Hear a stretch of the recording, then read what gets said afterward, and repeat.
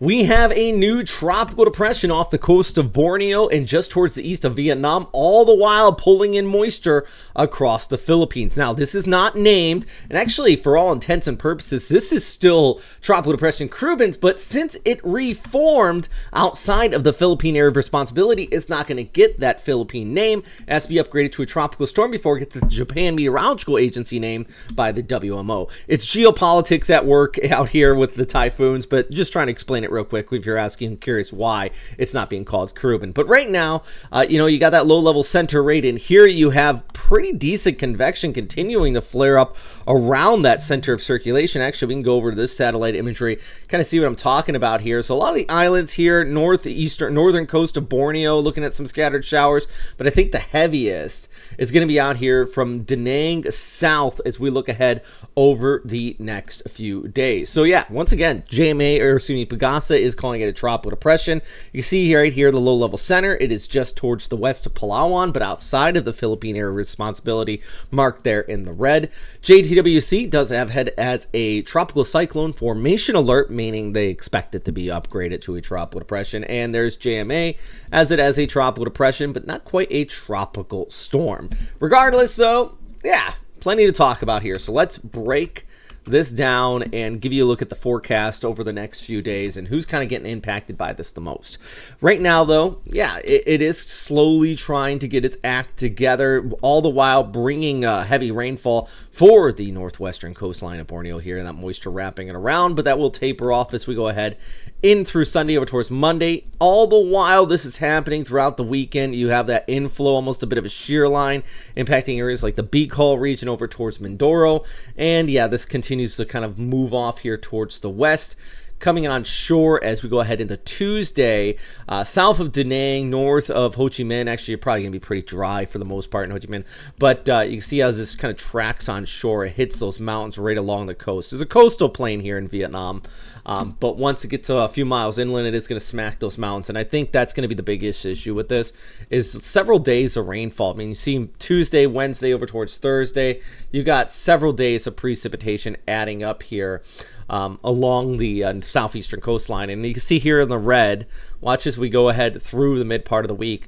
those darker reds do indicate in the top right of the screen here, you can see the legend, upwards of 200 to 300 millimeters of total precip. So naturally that is enough rainfall to cause a bit of flooding here, so make sure you stay weather aware, especially if you're in one of these low-lying or flood prone areas. Also pretty decent surf. I wouldn't say quite a storm surge, but pretty big waves setting up not only for Vietnam but all across southern areas of Hainan and extending back towards the east coast of Vietnam, including from Catanduanes, southeastern Luzon, and of course the east coast east of the Sierra Madre Mountains. Not the biggest out in places like Siargao or northeastern Mindanao, but you still got some pretty decent swells that are kicking on through there. So that's the big thing right now. Now, could this become a tropical storm? I think it definitely is possible. I'm holding off on saying the name or using it until it's officially declared. But, yeah, I think it is possible. It could become a tropical storm if it does wrap up, maybe as we'll head through Sunday and into Monday. But big thing right now, this is kind of controlling the entire environment down here across the West Philippine Sea. And you can see the extent of it with the cold surge kind of off like that. And here's that cold air spilling in. I'm going to talk more about that in a second. But, yeah, that's the separation. So this is just going to kind of follow along like that and kick off right in there. Now, if we pull back that picture, though, there's not much else happening out in the Western Pacific. If you look off towards the east, in fact, pull up our global view here. South of Guam, I don't have very much in the form of tropical waves. Overall, things are looking kind of quiet. Yeah, we do have the easterly flow, so there's going to be occasional shower kind of developing along that for places like Yap and into Palau. But just in general, long-range guidance doesn't show much, if anything, until we get maybe into about the first week of January. The GFS, for example, right here, we'll pull this up for you. The GFS shows the ensembles, the spaghettios, and you can see right here, this is for the 22nd and 23rd, shows pretty high confidence of something in the West Philippine Sea. See right there off the coast of Palawan over towards southern Vietnam. But then if we scroll it ahead, look at this all the way out to January 3rd into the 4th. See the time frame right in there. You're starting to get a little increase in confidence. Now, that's over 300 hours out, but it does show me that we have some calmer weather for the time being, but the season could definitely pick back up once again, even at the start of January. Typhoon season never really ends in the Western Pacific, as we see right now with a tropical depression currently lingering out here off the coast of Vietnam. So yeah, broader picture though, you can see the cool air spilling in out across Japan. You have that moisture in the south. Speaking of Japan, ooh, frigid temperatures. This is so cold. The infrared satellite imagery, all this cold, all this kind of purple up here in Siberia is thinking that those are clouds at like 20,000 feet, but it's just a cold air mass. And then you can see this low that's going to be kicking across here already on Saturday. Well, watch as that moves towards northeast, and behind it, Sunday and the Monday, big old sea effect snow event for our friends across Japan, from Hokkaido, but specifically down to snow country in Hokuriku. Yeah, that's where you're going to be seeing still some pretty good amounts of snowfall setting up here. So skiers and snowboards throughout the first half of the week, maybe by the next week, once blue skies start to set back in, probably Wednesday will be the best day for skiing. Man, I miss this time of year. I'd be out there every weekend when I lived in Japan. Quick look at the flyover back into the warmer weather, though. Tacloban at 30 degrees. Places like Legazpi over towards Mindoro, extending into Palawan. I try to say it right, guys.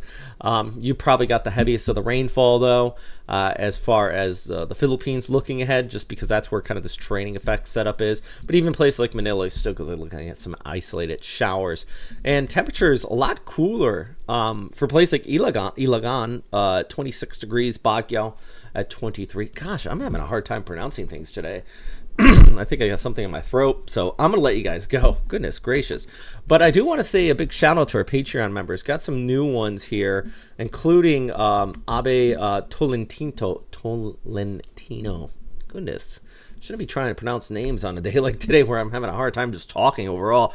Hey, he's a new Super Typhoon member. Thank you very much, sir, for joining up with us. Also, for our Typhoon members, and it was pointed out to me, Lunar's Cafe Siargao mentioned, why haven't I been on the list? You were on the list. I don't know what happened. I think I refreshed the graphic or something.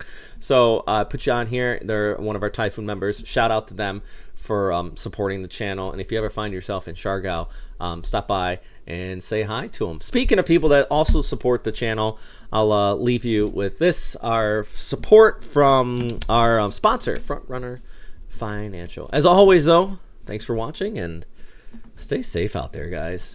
Bye. Do you hate doing your taxes? Do you struggle figuring out what the law is and money management overseas? I wish there was an easier way. Well, FrontrunnerFinancial.com is your choice if this falls into your category. They're an international-based group of American accountants. They're based in Manila, and they're qualified to give you the best information where you are for those international finances. I wish I had these guys when I lived in Tokyo. Each year, it was a struggle. Where I needed to put money, what I needed to do. FrontrunnerFinancial.com. Be sure to check them out and let them know we sent them your way.